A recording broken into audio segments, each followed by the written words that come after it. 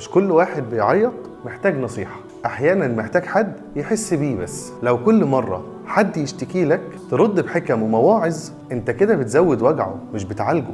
في فرق ما بين انك تنصح وانك تحتوي. النصيحة عقل، الاحتواء قلب. ورمضان شهر القلوب، والنبي صلى الله عليه وسلم إذا شكى له أحد ما كانش يبدأ بالتقريع، كان بيبدأ بالفهم والرحمة. ولما جاءوا شاب يستأذنه في معصية ما صرخش فيه، قربوا منه وحاوروا بهدوء حتى خرج الشاب وقلبه متغير. ده احتواء مش هجوم.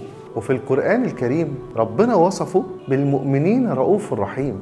الرحمة كانت اسلوبه مش رد فعل طارئ. اغلب الناس مش بتطلب حل، هي بتطلب احساس. جمله بسيطه زي انا سامعك، حاسس بيك، وجودك مهم، ممكن تعالج وجع اكبر من 1000 نصيحه. والتحدي السابع خلال 48 ساعه، لو حد اشتكى لك خلال اليومين الجايين ما تقطعوش، ما تديلوش حلول، اسمعه للاخر وقول له انا مقدر اللي بتحسه. بس كده. الاحتواء مش ضعف، الاحتواء قوة. اللي فاهم ان القلوب مش بتتصلح بالصوت العالي. لو عايز تكسب قلب اسمعه قبل ما تعلمه.